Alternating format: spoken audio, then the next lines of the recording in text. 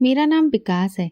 लोग मुझे मजदूर विकास कहते थे और मैं कभी बुरा नहीं मानता था, क्योंकि मजदूर होना मेरे लिए शर्मिंदगी की बात नहीं, मेरी पहचान थी।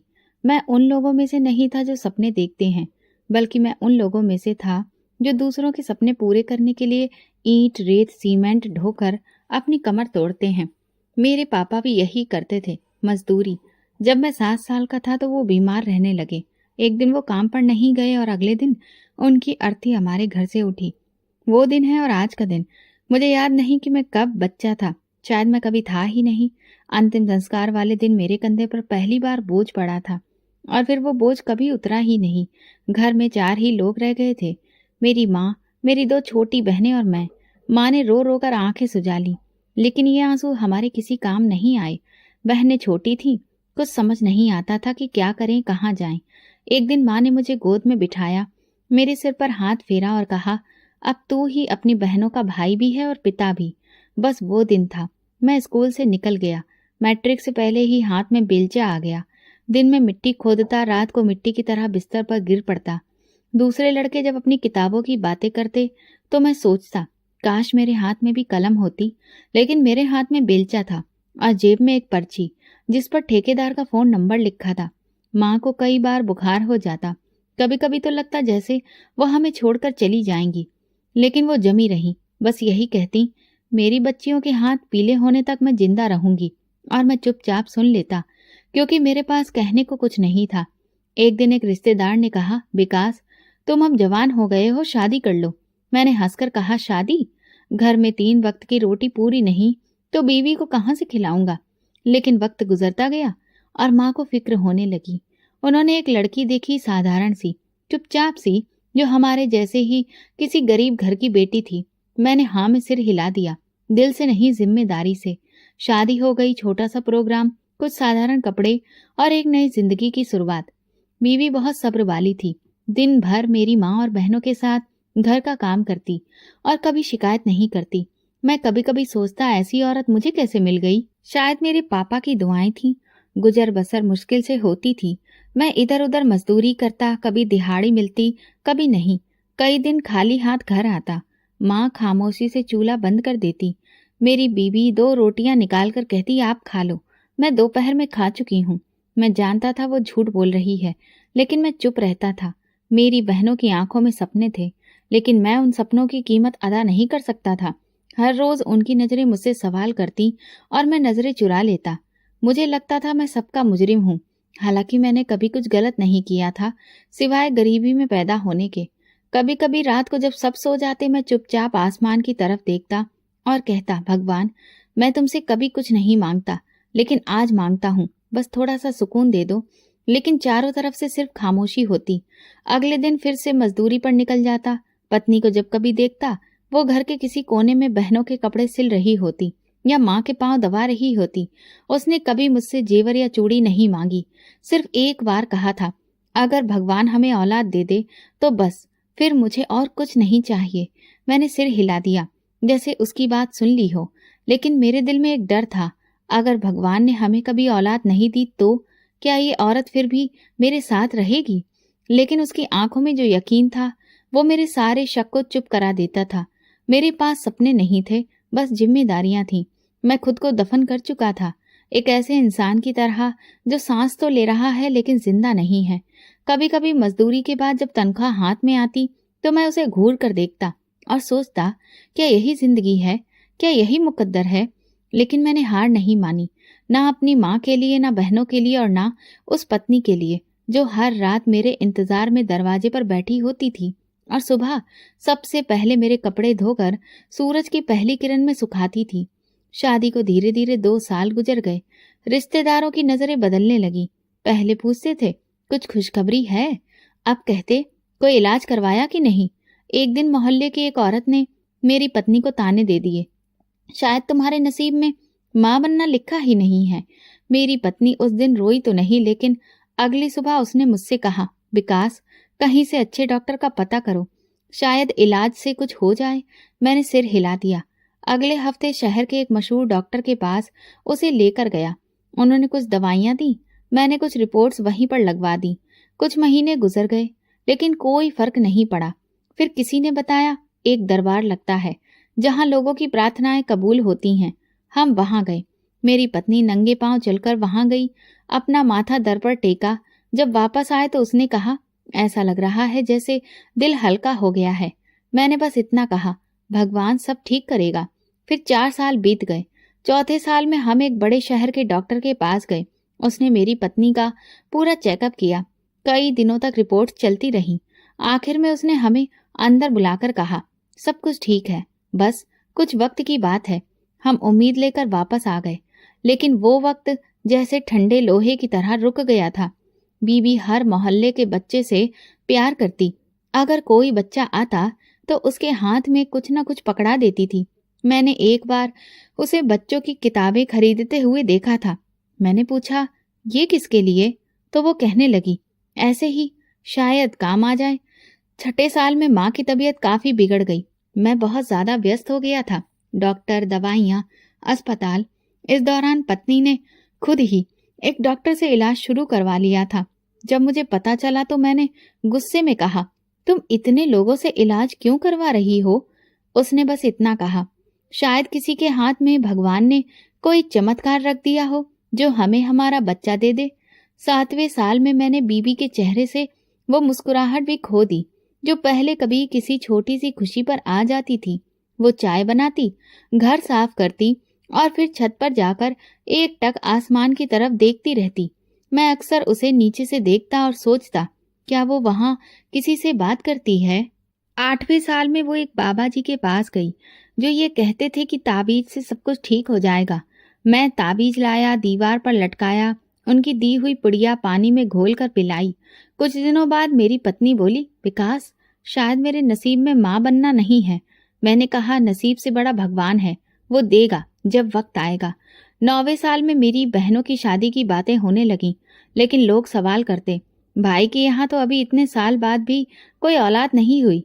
वे ऐसे रहते जैसे ये कोई बहुत बड़ा नुक्स हो।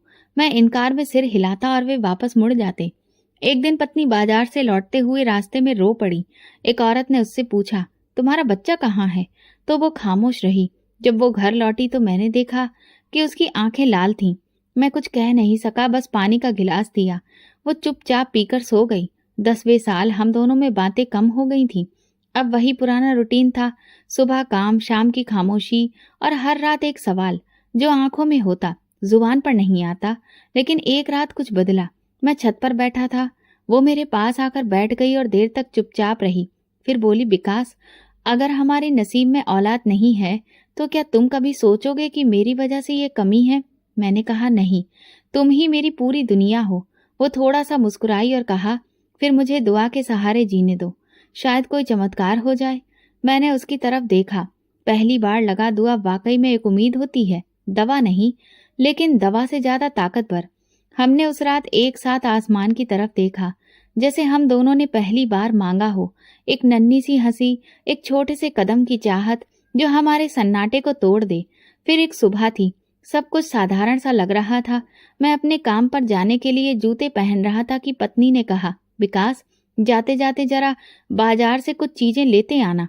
मैंने चौंक कर देखा, वो थोड़ी घबराई हुई लग रही थी। मैंने पूछा, सब ठीक तो है? उसने नजरें चुराकर कहा, हाँ, बस यूं ही तबीयत कुछ अजीब सी लग रही है। वो दिन गुजर गया। अगले दिन भी उसकी तबीयत कुछ ठीक नहीं थी। शाम को लौटा तो उसके हाथ में एक रिपोर्ट थी। मैं काम से आ रहा था, पसीने में भीगा हुआ। दरवाजे पर वो खड़ी थी, मुस्कुरा रही थी। उसने वो रिपोर्ट मेरे हाथ में पकड़ा दी। मैंने सवालिया नजरों से उसे देखा। वो कहने लगी, तुम पापा बनने वाले हो। मेरे कानों में जैसे घंटियां बजने लगी। जमीन पर जैसे मेरे लिए फूल उगाए हों। मेरे पैरों के नीचे फूल थे। मैंने दोबारा से उस कागज को देखा, जैसे कि मुझे भरोसा ही नहीं हो रहा हो। वो हंस रही थी और मैं खामोशी से उसे देख रहा था, जैसे कोई सपना आंखों के सामने जिंदा हो गया हो। मैं उस लम्हे कुछ बोल ही नहीं पाया, बस बाहर निकला और सीधा मंदिर गया। वहां सिर झुकाया और काफी देर तक हाथ जोड़े बैठा रहा। पंडित जी ने मेरे कंधे पर हाथ रखा।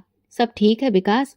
मैं खड़ा हुआ, आंखों में आंसू थे। बस इतना कहा, भगवान ने आज मेरी सुन ली है। वापसी पर मैं सबसे पहले पत्नी के लिए फल लाया, फिर मोहल्ले के 2 बच्चों को 5-5 रुपए दिए। वो खुशी मेरे लिए किसी खजाने से कम नहीं थी। अगले दिन काम पर गया, लेकिन दिल वहीं घर पर अटका रहा। दोपहर में ठेकेदार से छुट्टी मांगी। उसने वजह पूछी। मैंने कहा मैं पिता बनने वाला हूँ। वो मुस्कुराया, जेब से 500 रुपए का नोट निकाला। ये मेरी तरफ से मिठाई। इस शाम मोहल्ले की दुकान से मैं मिठाई खरीदी, 2 किलो बर्फी, आधा किलो लड्डू, कुछ जलेबियां। दुकानदार हैरान होकर बोला, आज क्या बात है विकास भाई? मैंने कहा, प्रार्थनाओं का फल मिल गया है। वो कुछ समझ नहीं पाया, लेकिन खुशी मेरे चेहरे से टपक रही थी। मैंने मोहल्ले के हर घर में जाकर मिठाई बांटी। कुछ नहीं पूछा, कुछ ने कहा कि बस आशीर्वाद मिला। मेरी माँ ने जब मिठाई का डिब्बा देखा तो आंखें फैली। विकास, तुम सच कह रहे हो? मैंने सर हिलाया। वो बोली, शुक्र है भगवान का, उसने आखिरकार सुन ली। अब मेरी पत्नी की सेहत का ख्याल रखना मेरी जिंदगी का मकसद बन गया था। हर हफ्ते उसका चेकअप करवाता था। फल, दूध, अच्छा खान पान। एक दिन पत्नी ने कहा, विकास इतना खर्चा मत करो, अभी तो बहुत वक्त है। मैंने कहा, ये वक्त ही तो सबसे कीमती है। मैंने एक लम्हा भी बर्बाद नहीं करना चाहता था। पैसे जमा करने शुरू कर दिए थे। हर दिहाड़ी का कुछ हिस्सा अलग रखना शुरू कर दिया था। जरूरी चीजों में ही खर्च करता। पुराने कपड़ों पर ही गुजारा करने लगा था। काफी खर्च कम हो गए थे, लेकिन चेहरे पर अब खुशी बढ़ गई थी। रात को सोते वक्त पत्नी के पेट पर हाथ रखकर मैं खुशी खुशी सोता था। एक दिन वो बोली, क्या सोचते हो? मैंने कहा, मैं ये सोच रहा हूँ कि हमारा बच्चा कैसा होगा, तुम्हारे जैसा या मेरे जैसा। वो हंसने लगी। किसी पर भी जाए, बस सेहतमंद हो, बाकी भगवान सब ठीक करे। धीरे धीरे महीने गुजरते गए। हर महीने की रिपोर्ट मेरे दिल की धड़कन से जुड़ी होती। कभी मामूली कमजोरी, कभी चक्कर, लेकिन हम दोनों पहले से मजबूत हो गए थे। रिश्तेदार जो पहले ताने देते थे, अब बधाई देने आने लगे थे। कई लोग प्रार्थना के लिए हाथ उठाते, जैसे उनके दिल का बोझ भी हल्का हुआ हो। 7वें महीने में मैंने अपनी पत्नी के लिए एक छोटी सी कुर्सी खरीदी, जो आरामदेह थी। उस पर बैठकर वो स्वेटर बुनने लगी। छोटे साइज के स्वेटर, छोटे छोटे मोजे, टोपियां। एक दिन मैंने उससे पूछा, इतनी जल्दी? वो बोली, मुझसे इंतजार ही नहीं हो रहा। मैंने भी एक छोटा सा संदूक खरीदा। उसमें बच्चे के लिए चीजें रखना शुरू कर दी। एक छोटा सा झूला, कपड़े, कुछ खिलौने। मोहल्ले के कुछ लोगों ने दिल खोलकर आशीर्वाद दिया। कुछ ने पुरानी चीजें भी दे दी। मेरे लिए वो सब किसी कीमती खजाने से कम नहीं था। 9वें महीने तक मेरे घर का हर कोना पूरी तरह से मुस्कान से भर गया था। मेरी माँ रात को जाग जाग कर भगवान से प्रार्थना करती। बहनें जो कभी चुप रहती थीं, अब बच्चों के लिए नए नए नाम सोचती थीं। फिर वो दिन भी आ गया जिसका मैं बरसों से इंतजार कर रहा था। मेरी पत्नी को दर्द शुरू हुआ तो मैं उसे तुरंत ही अस्पताल लेकर गया। सर्दियों की सुबह थी। सूरज अभी पूरी तरह से निकला भी नहीं था। माँ भगवान के आगे बैठकर पूजा कर रही थी। बहनें घबराई हुई थी और मैं खुद भी कुछ समझ नहीं पा रहा था।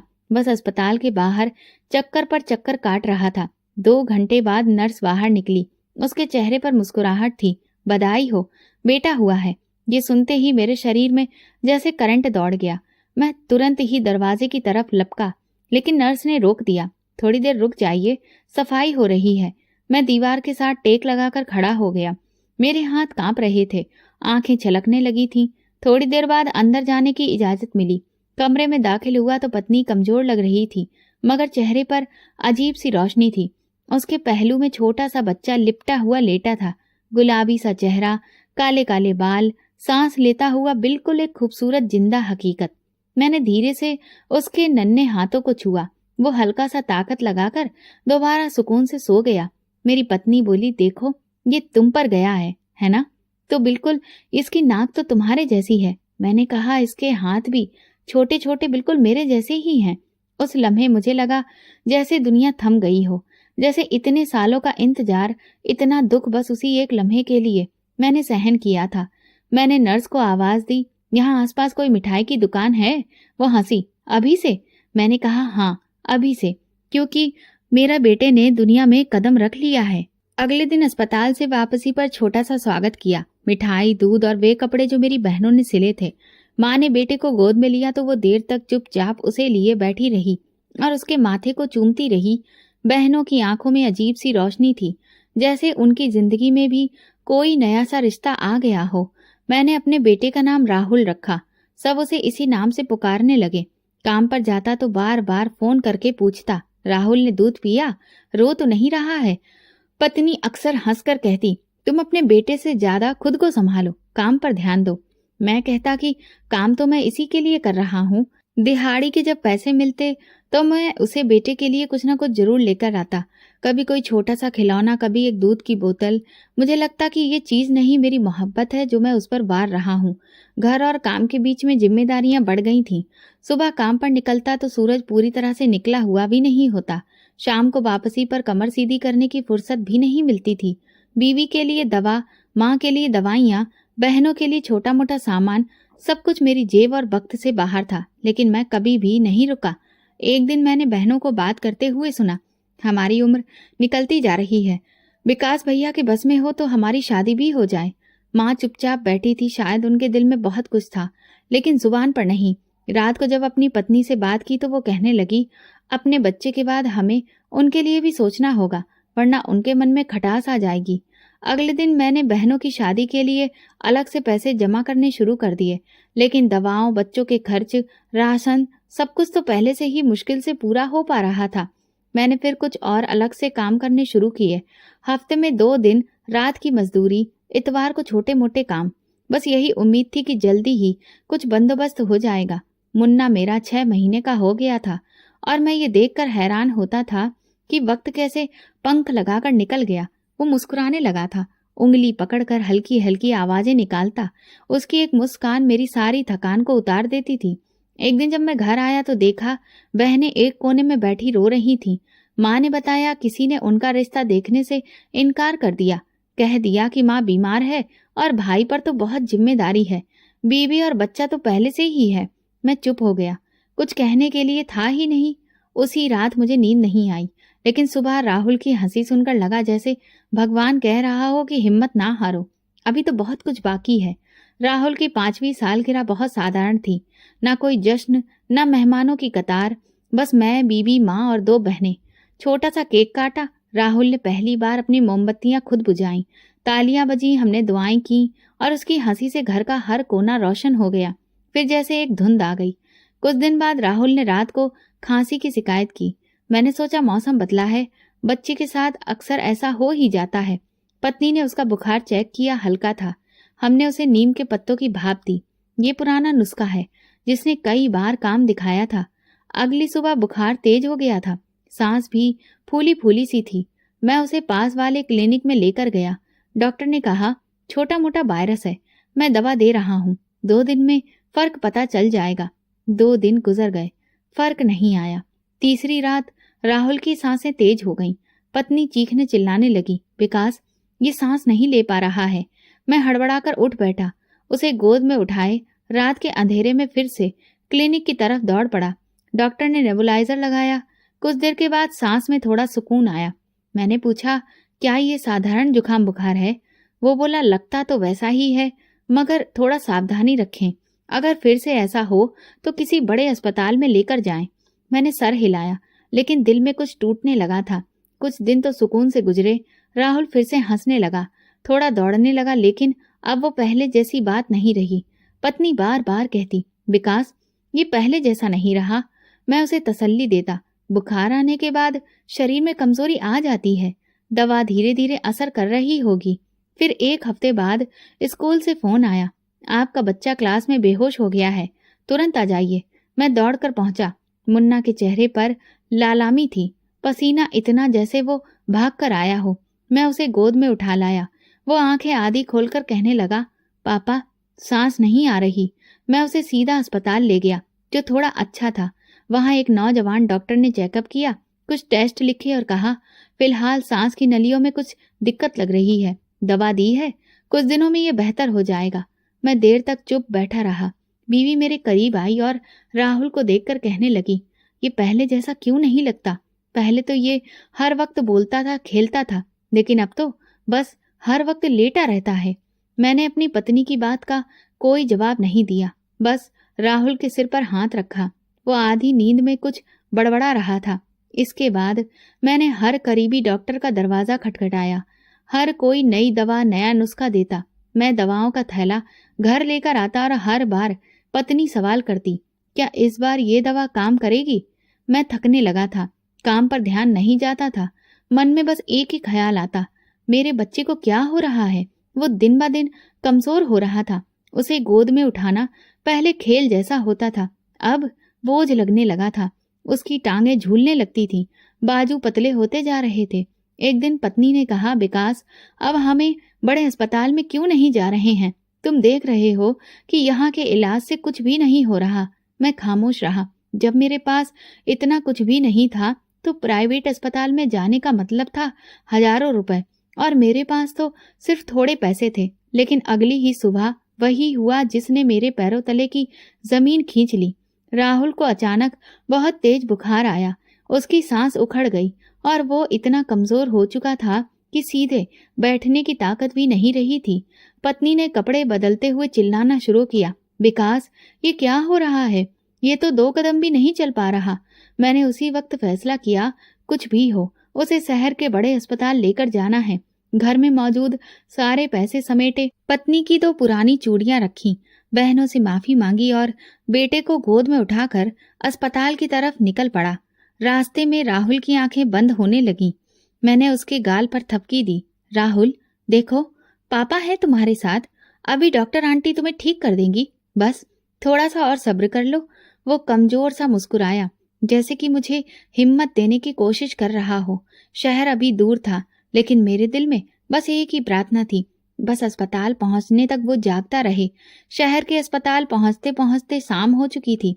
राहुल का शरीर पसीने से भीगा हुआ था। सांस इतनी तेज थी जैसे हर सांस किसी पत्थर को उठाकर ला रही हो। पत्नी की गोद में वो बेसुध सा पड़ा था और मेरी नजरें गेट पर लगी थी, जहां अंदर जाने की इजाजत एक रजिस्ट्रेशन और रकम से जुड़ी हुई थी। मुख्य गेट पर पहुंचे तो वहां कागजात भरवाए गए। डॉक्टर को दिखाया गया। नर्स तुरंत राहुल को इमरजेंसी रूम में लेकर गई। हम दोनों बाहर बैठे थे। सांसें रुकी हुई थी। दिल तो जैसे हाथ में आ गया था। कुछ देर बाद डॉक्टर बाहर आया। उसका चेहरा गंभीर था। वो बोला, हमने उसका चेकअप कर लिया है, तुरंत ही उसे एडमिट कराना होगा। दिल के बॉल्व में रुकावट है, तुरंत ऑपरेशन करना होगा। मेरी पत्नी ने डॉक्टर का बाजू पकड़कर पूछा, क्या वो बच जाएगा? डॉक्टर ने पलकों को झुकाते हुए कहा, अगर वक्त पर इलाज हो गया तो हाँ, लेकिन देर हुई तो फिर हम कुछ नहीं कह सकते। डॉक्टर ने एक कागज पर रकम लिखकर दे दी, साथ में फार्मेसी की पर्ची भी। मैंने पर्ची को हाथ में लिया और उसे देखा, जैसे कि वो कोई बारूद हो। आंखें बार बार उस रकम को देख रही थीं, जो मेरी साल भर की कमाई से भी ज्यादा थी। बीवी ने पूछा, क्या लिखा है? मैंने पर्ची छुपा ली। कुछ दवाई लेनी है, तुम बैठो, मैं लेकर आता हूँ। मैं अस्पताल से निकला तो रास्ता धुंधला हो रहा था। सड़क पर गाड़ियां अपनी रफ्तार से चल रही थीं। लोग अपनी दौड़ में व्यस्त थे और मैं एक ऐसी दौड़ में था जिसका अंजाम नजर नहीं आ रहा था। सबसे पहले अपने ठेकेदार के पास गया। उसने सुनकर अफसोस जताया, विकास, तुम तो जानते हो कि इस महीने तनख्वाह रुकी हुई है। मैं खुद उधार में चल रहा हूँ। मैं खामोशी से उठा, बाजार में जानने वाले दुकानदार के पास गया। वो पुराना जानने वाला था, कई बार सामान उधार दिया था। इस बार बोला, विकास भाई, दिल तो कहता है कि मदद करूं, लेकिन पिछली बार भी रकम लौटाने में तुम्हें 6 महीने लग गए थे। मैंने एक आह भरी, इस बार बच्चा मर जाएगा। तब भी क्या 6 महीने काफी होंगे? उसने नजरें झुका ली, लेकिन रकम नहीं थी। इसके बाद कई गलियों में कई दरवाजों पर दस्तक दी। एक ने कहा, मेरे बच्चे भी बीमार हैं। दूसरे ने कहा, पापा की दवाइयां लानी पड़ती हैं। कोई दरवाजा उम्मीद नहीं बन सका। पत्नी का फोन आया, विकास, डॉक्टर पूछ रहे हैं कि पैसों का क्या बंदोबस्त है। मैंने कहा, मैं रास्ते में हूँ, कुछ ना कुछ हो जाएगा। एक लम्हे को मैं रुका और सोचा, क्या किसी रिश्तेदार के पास जाऊं? लेकिन वही लोग जिन्होंने बहन के रिश्तों से भी इनकार कर दिया, वे पैसे क्यों देंगे? फिर भी मैं गया। मामा के घर पहुंचा, घंटी बजाई, दरवाजा खुला। उन्होंने सुना, अफसोस जताया, ये सब भगवान की मर्जी है, प्रार्थना करो, सब ठीक हो जाएगा। मैंने कहा, प्रार्थना के साथ साथ दवा भी चाहिए, लेकिन उसके लिए रकम नहीं है। वो बोले, मेरी बेटी की शादी है, खर्चा बहुत हो रहा है। मैंने हल्की सी हंसी हंसी तो मेरा बेटा शायद नसीब में नहीं था। वो चुप हो गए। मैं दरवाजे से पलट गया। अब जो बची थी वो थी माँ। फोन मिलाया, माँ, जेवर या सामान रख दो किसी के पास, रकम की जरूरत है। तभी आवाज आई, बेटे, तेरे बाप के जमाने की कुछ चीजें हैं, देखती हूँ, शायद कुछ काम आ जाए। मैं देर रात तक भागता रहा। जो थोड़े बहुत पैसे जुटाए उनसे दवाइयाँ खरीदी अस्पताल पहुंचा, नर्स बोली, सर कल तक रकम जमा हो जानी चाहिए। पत्नी ने कुछ पूछा नहीं, सिर्फ बेटे के सिर पर हाथ फेरती रही। उसकी सांसें पहले की तरह ही भरी हुई थी, जैसे हर लम्हा खुद को किसी कैद से छुड़वाना चाहता हो। मैं चुप बैठा रहा। सुबह सूरज निकला। मैं समझ चुका था अब सिर्फ एक चमत्कार ही मेरे बेटे को बचा सकता है, या कोई ऐसा हाथ जो बिना सवाल के थामा जाए। और वो हाथ अभी तक कहीं नजर नहीं आया था। रात के आखिरी पहर तक मैं अस्पताल की गैलरी में बेमकसद चलता रहा। डॉक्टर की बातें मन में गूंज रही थीं। कल सुबह तक रकम नहीं पहुंची तो हम कुछ भी नहीं कर पाएंगे। पत्नी एक कोने में बैठी थी, बेटे का सिर गोद में रखा हुआ, और मैं एक ऐसी जंग में था जिसका हथियार मेरे हाथ में नहीं था। सुबह होने को थी। रोशनी ने अंधेरे को धकेलना शुरू किया तो दिल में कुछ और डूबने लगा। मैंने खुद को कमरे से बाहर निकाला, पार्किंग में जाकर बेंच पर बैठ गया। ठंडी हवाएं चेहरे को छू रही थी। तभी याद आया, घर में पापा का एक पुराना हथियार पड़ा है। कभी वो हिफाजत के लिए रखा था, अब जरूरत कुछ और थी। पत्नी को बताया, मैं पैसों का बंदोबस्त करने जा रहा हूँ, तुम फिक्र मत करो। वो कुछ न बोली। शायद वो भी किसी चमत्कार की उम्मीद छोड़ चुकी थी। मैं ऑटो में बैठा और सीधा गांव गया। स्टोर रूम में पहुंचा, लकड़ी की पुरानी अलमारी खोली, कपड़ों के नीचे लिपटी हुई चीज निकाली, हाथ में पकड़ी तो हथेली कांप गई। पापा की आवाज कानों में गूंजी, ये सिर्फ जरूरत पड़ने पर ही उठाना, वरना ये चीज कभी जिंदगी बचाती नहीं, बिगाड़ देती है। मैंने आंखें बंद की, खुद को समझाया, पापा अब ये वक्त जरूरत से भी आगे जा चुका है। मैंने उसे कपड़े में लपेटकर जेब में रखा और शहर की तरफ निकल गया। सड़क की शुरुआती रास्ते पर आकर मैं सड़क किनारे रुक गया। मंदिर से आरती की आवाजें आ रही थीं, लोग आ जा रहे थे, लेकिन मैं सड़क किनारे खड़ा अपनी किस्मत का हिसाब किताब कर रहा था। आती जाती गाड़ियों को देखता रहा, जैसे किसी इशारे का इंतजार हो। कुछ देर बाद एक सफेद गाड़ी आती दिखाई दी, जिसकी रफ्तार हल्की थी। अंदर एक औरत और एक ड्राइवर था। मैंने हाथ दिया, गाड़ी रुक गई। ड्राइवर ने शीशा नीचे किया। जी भाई साहब, लिफ्ट चाहिए, बहुत इमरजेंसी है। ड्राइवर कुछ कहने ही वाला था कि पीछे बैठी औरत ने कहा, बेचारे को बिठा लो, पता नहीं कितनी मजबूरी है। मैं फ्रंट सीट पर बैठ गया। गाड़ी चलने लगी। मैं चुपचाप बैठा रहा। थोड़ी दूर जाकर मैंने धीरे से जेब से पिस्तौल निकाली और सीधा ड्राइवर की तरफ की। गाड़ी रोको। ड्राइवर ने घबराकर ब्रेक लगा दिए। औरत चिल्लाई, क्या कर रहे हो भाई? मैं पीछे पलटकर बोला, जो कुछ भी तुम्हारे पास है सब निकालो, जेबर, पैसे, जो भी हो, जल्दी करो। औरत ने हाथ जोड़ लिए। भगवान का वास्ता है, मेरे पास कुछ भी नहीं है। ये सारे पैसे मेरी बेटी के इलाज के लिए हैं। उसके दिमाग में चोट लगी है, मैं अभी अस्पताल ही जा रही हूँ। मैंने कठोर लहजे में कहा, मुझे कोई फर्क नहीं पड़ता कि तुम्हारे साथ क्या हो रहा है। मेरा बेटा भी इस वक्त अस्पताल में है और उसके दिल के बल्ब बंद हो चुके हैं, वो मर रहा है। औरत की आवाज कांपने लगी। मैंने सब कुछ बेचकर ये पैसे जमा किए हैं। अगर मैं वक्त पर नहीं पहुंची तो मेरी बेटी नहीं बचेगी। प्लीज हम पर रहम करो। मैं गरज कर उसकी तरफ बोला, बस बहुत सुन लिया, ब्रीफ केस दो। ड्राइवर कुछ कहने को हुआ तो मैं चिल्लाकर बोला, अगर तुम बोले तो तुम्हें यही खत्म कर दूंगा। मैं पीछे मुड़कर एक बार भी नहीं देखा। बंदूक की नोक पर एक बाइक वाले के पीछे बैठा और पूरी रफ्तार से उससे बाइक दौड़ाने को बोल दिया। बीच रास्ते से उतरकर मैं तेजी से अस्पताल की ओर दौड़ गया। उस पल मुझे कुछ भी सुनाई नहीं दे रहा था, बस दिल में एक ही बात गूंज रही थी, मेरा राहुल बच जाए, मेरा बेटा बच जाए। उसी शहर में उसी दिन 2 बच्चे मरने के करीब थे। एक को बचाने के लिए मैंने दूसरे की उम्मीद छीन ली थी। मुझे ये समझ आ चुका था, लेकिन शायद कुछ समझने के लिए बहुत देर हो चुकी थी। अस्पताल पहुंचते ही मैं इमरजेंसी की खिड़की पर लपका, बैग मेज पर रखा और सांस चढ़ाते हुए बोला, रकम लाया हूँ, तुरंत डॉक्टर को जानकारी दे। नर्स ने हैरानी से मेरी ओर देखा, पर्ची ली, बैग देखा और तुरंत फोन उठाया। 2 मिनट बाद डॉक्टर आया, कागजात देखे, पेमेंट की रसीद देखी और बोला, ठीक है, बच्चे को तुरंत ऑपरेशन थिएटर में ले जा रहे हैं। मैं पत्नी की तरफ मुड़ा, वो बेटे के चेहरे को बार बार प्यार से सहला रही थी। डॉक्टर ने कहा, अब आप लोग बाहर इंतजार करिए। पत्नी ने आंखों में आंसू लिए बेटे के माथे पर आखिरी बार हाथ रखा और नर्स के साथ वो अंदर चला गया।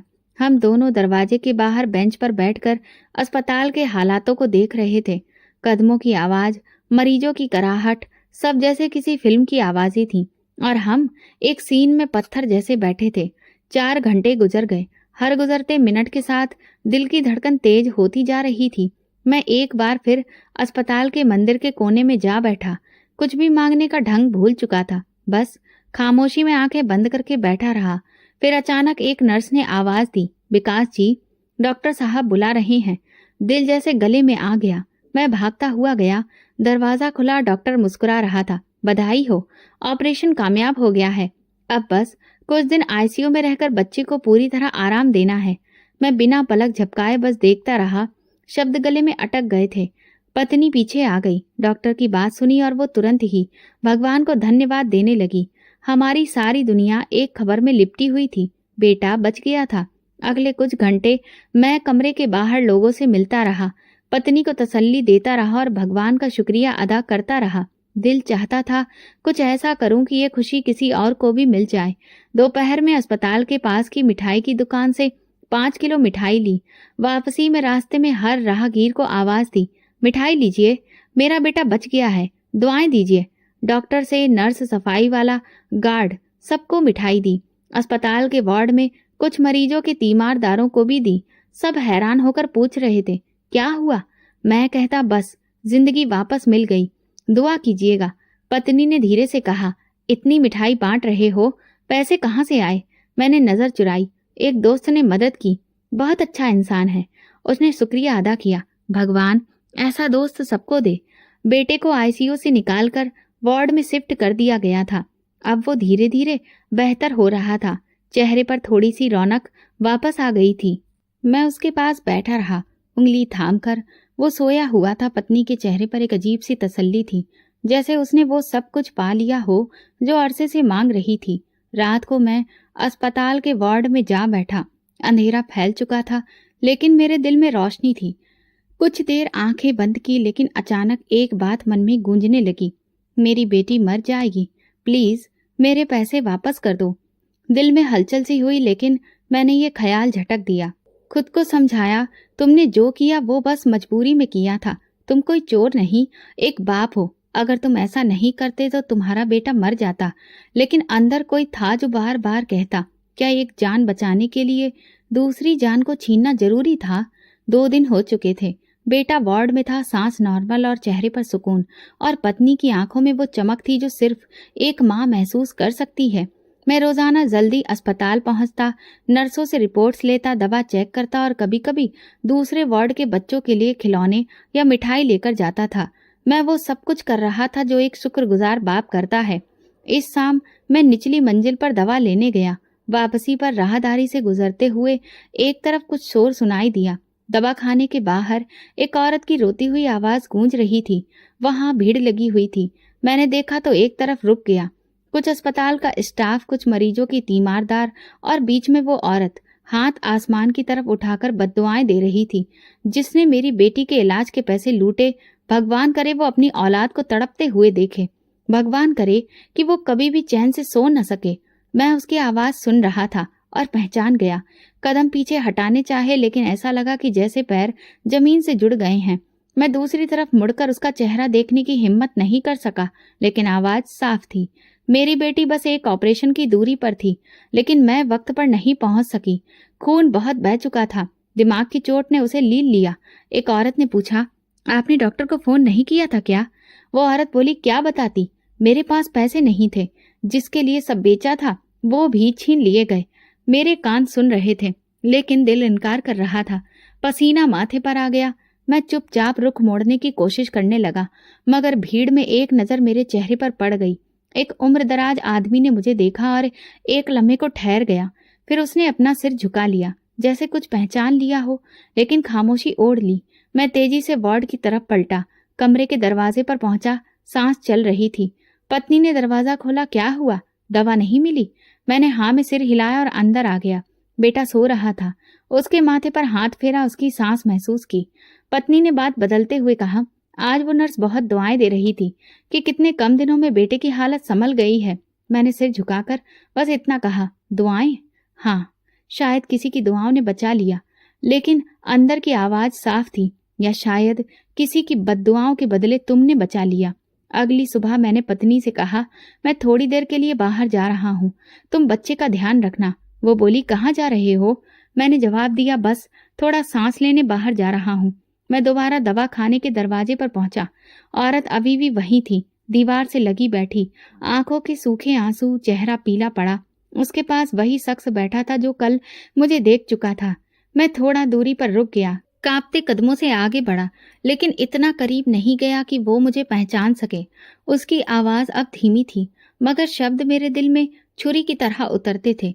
मेरी बेटी सिर्फ 9 साल की थी, जिंदगी से भरपूर, सिर्फ एक मौका चाहिए था, लेकिन किसी ने उसे वो भी छीन लिया। उसके पति ने नरमी से कहा, बस करो, जो होना था वो हो गया, अब सब्र करना है। वो रो पड़ी, सब्र कैसे करूं? जिसने हमें लूटा, क्या उसे कभी अपने किए पर शर्मिंदगी होगी? मेरा दिल दहल गया। मैं वहां से हट गया। अस्पताल के पिछले हिस्से में जाकर दीवार से टेक लगा ली। मेरी सांसें फट रही थीं और जमीर एक एक लम्हा याद दिला रहा था, वो ठीक है। वो ब्रीफ केस, वो आंखों की प्रार्थना और मेरी बेबसी। मैंने खुद से सवाल किया, क्या मैंने अपने राहुल को बचा लिया या फिर एक माँ से उसका बच्चा छीनकर अपनी औलाद को खरीद लिया? कुछ देर वहीं बैठा रहा, फिर मैंने जेब से वो पर्ची निकाली जो डॉक्टर ने ऑपरेशन से पहले दी थी। उस पर लिखा था, जिंदगी बचाने के लिए फौरन पैसों की जरूरत है। और मेरे दिल में एक आवाज गूंजी, कभी कभी किसी की जिंदगी बचाने के लिए जो रास्ता हम चुनते हैं, वही किसी और की जिंदगी को छीन लेता है। उस दिन अस्पताल से घर वापसी पर मैं बदला हुआ था। राहुल अभी भी मेरी आंखों का तारा था, लेकिन अब उसकी हर सांस मुझे याद दिलाती थी कि एक और बच्ची आज इस सांस से महरूम है। मैंने उसी रात फैसला कर लिया था और अब उस औरत का सामना बहुत मुश्किल हो गया था। मुन्ने को वार्ड में 3 दिन हो चुके थे और वो हल्की आवाज में बातें भी करने लगा था। बीबी के चेहरे पर सुकून था। माँ ने दुआएं दी और बहनें हर थोड़ी देर में फोन पर हाल पूछती थीं। लेकिन मेरे दिल में अभी भी एक खिंचाव था, जैसे सब कुछ ठीक होकर भी कुछ बाकी हो। डॉक्टर ने कहा, अभी 3 दिन और रखना पड़ेगा, बच्चा कमजोर है, इन्फेक्शन का खतरा है। मैंने इस बात पर सर हिलाया, लेकिन अंदर एक और सोच चल रही थी। मेरी जेब खाली हो चुकी थी। दवा की आखिरी पर्ची मैंने पुराने जानने वाले से पैसे लेकर पूरी की थी। अगली सुबह जब डॉक्टर राउंड पर आए, मैंने पूछा, अगर हम बच्चे को घर लेकर जाना चाहें, दवा वक्त पर देते रहें तो कोई दिक्कत तो नहीं है?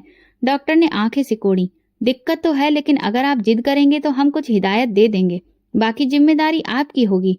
बीवी हैरान हुई, इतनी जल्दी? अभी तो आप खुद ही कह रहे थे कि बच्चा कमजोर है। घर का माहौल अच्छा होगा, बच्चे को आराम मिलेगा और हमें भी कुछ राहत की सांस मिलेगी।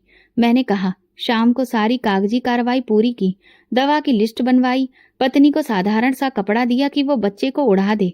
नर्स ने सवालिया नजरों से देखा, लेकिन मैंने बस इतना कहा, अभी फिलहाल मजबूरी है, लेकिन वापस आएंगे। रात को 9 बजे हम बाइक पर थे। पत्नी पीछे बच्चे को हाथ में थामे बैठी हुई थी।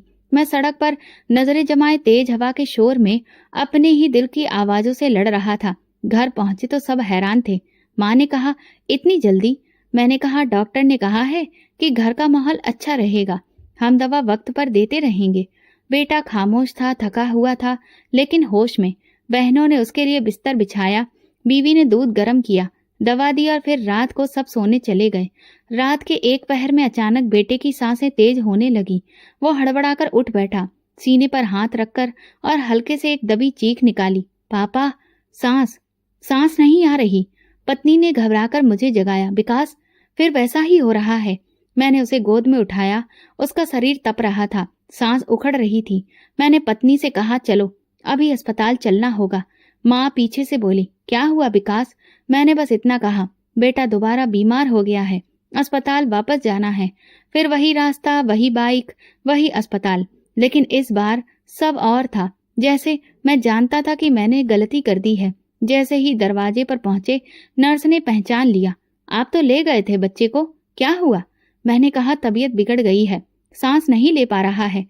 बेटे को दोबारा आईसीयू में अंदर ले लिया गया। डॉक्टर ने दरवाजा बंद किया। मैं और मेरी पत्नी बाहर बेंच पर बैठ गए। उसके होंठ कांप रहे थे, आंखों में वही डर जो पिछले हफ्ते था। उसने सवाल किया, विकास, तुम क्यों उसे वापस लेकर आ गए थे? मैंने तो मना किया था ना। मैंने उससे कहा, मेरे पास अब और पैसे नहीं थे, इसीलिए एडमिट रखना मुमकिन नहीं था। मेरी पत्नी ने मेरे बाजू को झंझोड़ा, तो तुमने उसकी जान के बदले पैसे बचाए हैं, अगर उसे कुछ हो गया तो?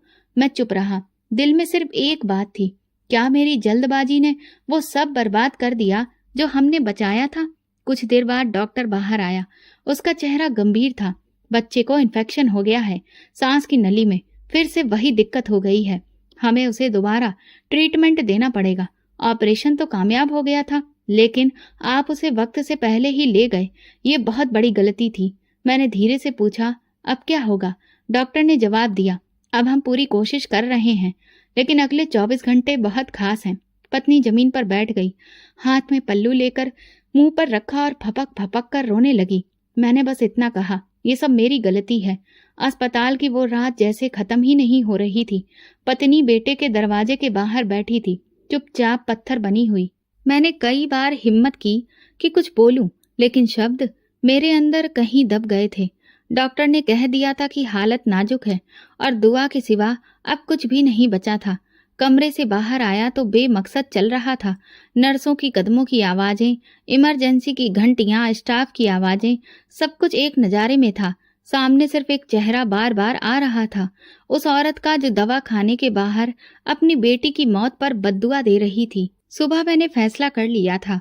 मैं अस्पताल के मरीज के नाम से फाइल निकलवाई और पता भी पता कर लिया, जो कि अस्पताल से बस कुछ ही दूरी पर था। मैंने अपनी पत्नी को कुछ भी नहीं बताया, बस इतना कहा कि मैं डॉक्टर के पास जा रहा हूँ, तुम बस बेटे का ख्याल रखना। बस्ती में पहुंचा तो वहां हवा खामोश थी। गली के आखिरी में छोटा सा ऐसा घर था जहां बाहर जूते बिखरे हुए थे। अंदर से रोने की दबी दबी आवाज आ रही थी। दरवाजे पर 3 बार दस्तक दी। कुछ देर बाद एक आदमी दरवाजे पर आया, जिसके चेहरे पर चोटों के निशान थे। जी, कौन? मैंने झिझकते हुए कहा, मुझे बात करनी है आपकी पत्नी से। मैं वही हूँ जिसने उस दिन पैसे छीने थे। चेहरे पर हैरत, फिर पहचान, फिर गुस्सा उभरा। उसने एक कदम पीछे लिया, शायद अंदर आवाज देने के लिए। मैं जल्दी से बोला, मैं यहाँ माफी मांगने आया हूँ। इससे पहले कि वो कुछ बोलता, वही औरत पीछे से आ गई, आंखें लाल और चेहरा बेजान। जैसे ही उसने मेरी आवाज सुनी, झपट कर मेरे गिरेबान को पकड़ लिया। तू था वो, तू था जिसने मेरी बेटी की जान ले ली। मैंने अपने दोनों हाथ जोड़ लिए। हाँ, मैं ही था, पर मैं मजबूर था। मेरा बेटा मर रहा था। मैंने गलत किया, लेकिन आपका दुख देखकर मेरे अंदर सब कुछ खत्म हो चुका है। वो दहाड़ मार मार कर रोने लगी। मेरी बच्ची सिर्फ 9 साल की थी। तुमने मुझे उससे छीन लिया। उसके लिए मैंने सब कुछ बेचा था। क्या वो तुम्हारी मजबूरी से कम थी? मैंने नजरें झुका ली। नहीं, वो भी उतनी ही कीमती थी जितनी मेरे बेटे की जान।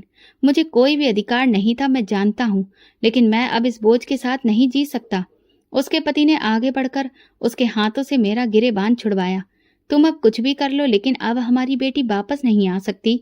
लेकिन अगर ये सच है कि तुम पछता रहे हो, तो तुम्हें माफी भी मांगनी होगी और हिसाब भी पूरा करना होगा। मैंने सर हिलाया। मैं अपना घर बेच दूंगा, किराए के मकान में रह लूंगा, पर आपकी रकम पूरी वापस करूंगा, एक एक पैसा लौटा दूंगा। औरत ने मेरा चेहरा भरकर देखा, फिर नीचे बैठ गई। कुछ लम्हे खामोश रही, फिर बोली, तुम जानते हो तुमने क्या किया? तुमने हमें जीते जी मार दिया है। मैंने धीरे से कहा, अब मेरी जिंदगी भी वही है। मेरे बेटे की सांस उसी वक्त में अटक गई थी जब मैंने वो रकम छीनी थी। उसके पति ने कहा, हो सकता है यह हमारे भगवान की तरफ से एक आजमाइश थी। हमने सब कुछ खो दिया और शायद भगवान ने तुम्हें भी एक सबक दिया है। मैंने ब्रीफ केस से जितने पैसे बाकी थे वो निकाले और आगे बढ़ा। ये अभी के हैं, बाकी जैसे जैसे मुमकिन होगा दूंगा। औरत ने वो पैसे नहीं लिए, बस इतना कहा, इसे बच्चे के लिए रखना जिसे तुमने बचाया।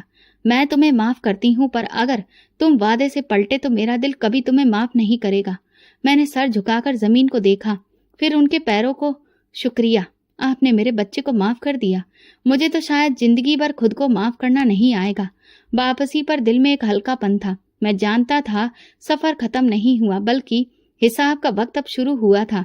अस्पताल वापस पहुंचा तो पत्नी बाहर बैठी मिली। मेरे चेहरे पर नजर पड़ी तो बोली, कहाँ गए थे? मैंने सिर्फ इतना कहा, माफी लेने। पत्नी ने बच्चों के कमरे की तरफ इशारा किया। जाकर देखा, वो सो रहा है, लेकिन सांस मामूली है। डॉक्टर कह रहा है एक बार फिर चेकअप के बाद देखने पर पता चलेगा कि कितनी जान बाकी है। मैं दरवाजे पर खड़ा रहा। सांसों की आवाज आ रही थी, लेकिन मेरे दिल में सिर्फ एक प्रार्थना थी, भगवान, अब अगर सजा देनी है तो मुझे देना, बच्चे को नहीं। सुबह सूरज निकला, मुझे तो अस्पताल के कमरे में सिर्फ खामोशी सुनाई दी। पत्नी कुर्सी पर सर झुकाए बैठी थी। डॉक्टर धीरे से अंदर आया, बच्चे की नब्ज चेक की, ऑक्सीजन लेवल देखा और कुछ देर बाद सर हिला दिया। पत्नी ने डॉक्टर की आंखें देखकर सब समझ लिया। उसने बेटे के सीने पर हाथ रखा, फिर पत्थर हो गई। मैं वहीं दरवाजे के पास खड़ा था, जैसे जमीन रुक गई थी। कदम आगे नहीं बढ़े। डॉक्टर मेरे पास आया। हमने पूरी कोशिश की, लेकिन इसकी सांस बहुत कमजोर हो चुकी थी। दिल ने जवाब दे दिया।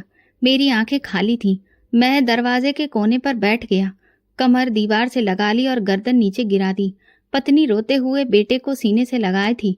नर्स आगे बढ़ी, उसके हाथों से बच्चा लिया, चादर में लपेटा और वार्ड से बाहर निकल गई। अगले कुछ घंटे धुंधले थे। कागजी कार्रवाई, कफन, दफन, सब कुछ जैसे किसी और के लिए हो रहा था। अंतिम यात्रा में मोहल्ले के कुछ लोग आए, 2 रिश्तेदार भी। जब मिट्टी डाल रहे थे तो एक मुट्ठी दिल पर चोट कर रही थी। मुझे लग रहा था जैसे मिट्टी मेरी छाती पर पड़ रही हो। पत्नी मेरे साथ वहीं बैठी थी, चुपचाप। उसने कहा, अगर तुम उसे वहीं अस्पताल में रहने देते, वापस घर नहीं लाते, तो शायद वो बच जाता। मैंने बस इतना कहा। अगर मैं कभी उसे लेकर गया ही ना होता, शायद तब भी वो बच जाता। वो बोली, नहीं, अगर तुमने वो पैसे ना लिए होते तो शायद किसी और की बेटी बच जाती। भगवान ने हमें दिखा दिया कि दूसरों का हक छीनकर कभी बरकत नहीं आती। उस दिन के बाद मन में हर बार सवाल होता, क्या तुमने खुद को माफ किया? मैंने कभी भी पत्नी से दोबारा इस वाकये का जिक्र नहीं किया, ना उस औरत का, ना उसकी बेटी का, ना अस्पताल के दवा खाने का। लेकिन मेरे अंदर वो चीखें अभी भी गूंजती हैं। कभी कभी बाजार में कोई लड़की नजर आती तो मैं रुक कर उसकी माँ को देखता। दिल कहता शायद वही हो, लेकिन हर बार कोई और निकलता और मैं खाली दिल के साथ आगे बढ़ जाता। एक दिन एक पुराना जानने वाला मिला। उसने बताया कि वो इंसान जिसकी बेटी की मौत हुई थी, अब दूसरे शहर चला गया है। उसका छोटा सा कारोबार है। मैंने उसका पता मांगा, लेकिन उसके पास नहीं था। तब से अब तक हर दूसरे महीने मैं उस शहर जाता हूँ, उसे बाजारों में ढूंढता हूँ, अस्पतालों में पूछता हूँ, कभी इस उम्मीद पर कि कोई निशान मिल जाए। मेरे पास जो पैसे होते हैं, जो मैंने बचाए हैं, वही मेरी असली जिंदगी है। लोग कहते हैं मैं बदल गया हूँ, कोई कहता है खामोश हो गया हूँ, लेकिन सच ये है मैं सिर्फ माफी में लगा हूँ। पत्नी कभी कभार पूछती है, क्या तुम अभी भी उसके बारे में सोचते हो? मैं कहता हूँ, जब तक सांस बाकी है तब तक सोचना बाकी है। और आज जब आप ये कहानी सुन रहे हैं तो ये सिर्फ मेरी कहानी नहीं, ये मेरे ज़मीर की आवाज़ है। भगवान ने मुझे माफ़ कर दिया या नहीं, मैं ये नहीं जानता, लेकिन मैं तब तक चैन से नहीं सो सकूंगा जब तक उसका हक वापस नहीं कर दूं। अपने फ़ायदे के लिए किसी मजलूम का हक छीनना कभी सुकून नहीं दे सकता। तो दोस्तों, अगर आपको हमारी कहानी पसंद आई हो तो कमेंट करके ज़रूर बताएं। वीडियो को लाइक करें और ज़्यादा से ज़्यादा शेयर करें। अगर आप चैनल पर नए हैं तो सब्सक्राइब जरूर करें और नोटिफिकेशन बेल दबाएं ताकि अगली अपडेट सबसे पहले आपको मिले। धन्यवाद।